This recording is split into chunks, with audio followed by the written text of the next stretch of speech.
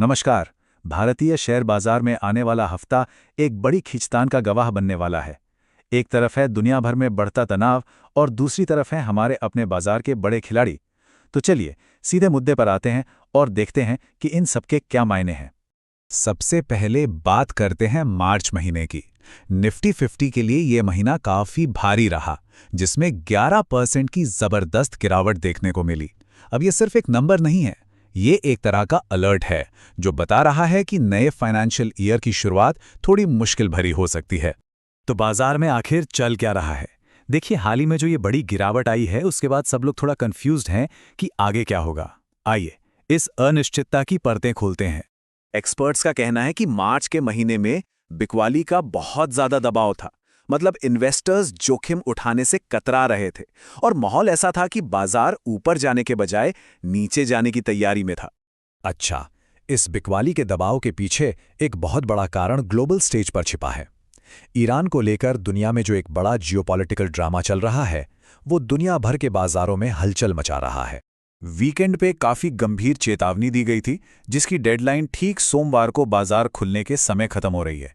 इसी वजह से दुनिया भर के इन्वेस्टर्स की सांसें अटकी हुई हैं कि आगे क्या होने वाला है।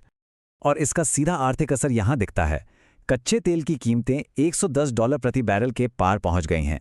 इसे कहते हैं जियोपॉलिटिकल रिस्क प्रीमियम, जहां ट्रेडर्स इस बात पर दांव लगा रहे हैं कि दुनिया में तनाव बढ़ा तो तेल की सप्लाई में रुकावट आ सकती है। ये सारा तनाव होर्मुज जल डमरू मध्य पर आकर टिक गया है, जो दुनिया की ज्यादातर तेल सप्लाई के लिए एक बेहद जरूरी रास्ता है। यहाँ कोई भी गड़बड़ी तेल की कीमतों और महंगाई को आसमान पर पहुंचा सकती है। तो क्या ये ग्लोबल इकोनॉमी के लिए अगला बड़ा झटका साबित होगा? अब ये जो ग्लोबल ड्रामा है, ये भारतीय बाजार में एक बड़ी ही मजेदार लड़ाई को जन्म दे रहा है। एक तरफ हैं विदेशी निवेशक और दूसरी तरफ हैं हमारी घरेलू ताकतें। चलिए देखते हैं कि इस खींचतान में कौन किस पर भारी पड़ रहा है।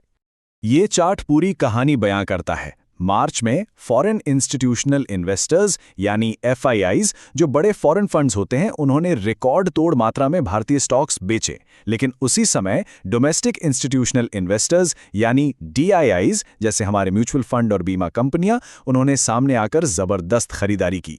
और ये लड़ाई अभी खत्म नहीं हुई है।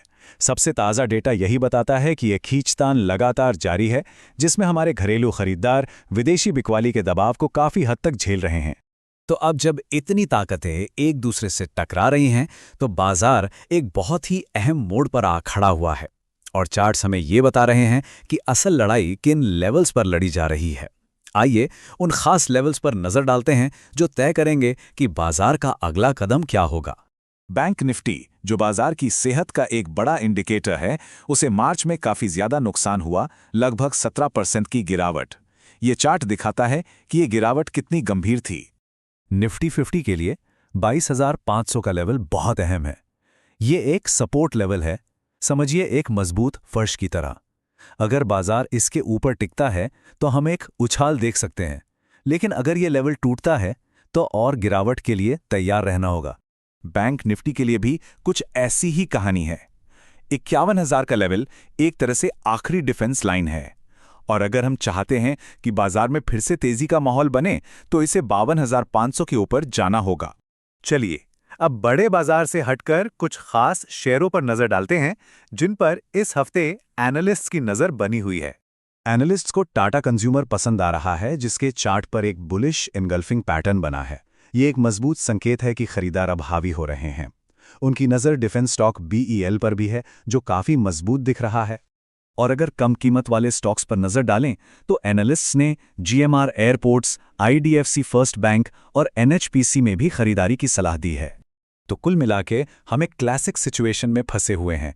एक तरफ है दुनिया भर का डर और दूसरी तरफ है घरेलू बाजार का भरोसा। आने वाला हफ्ता बताएगा कि इन दोनों में से कौन सी ताकत जीतती है। ये एक ऐसी लड़ाई होगी जिस पर हर निवेशक की नज़र होगी।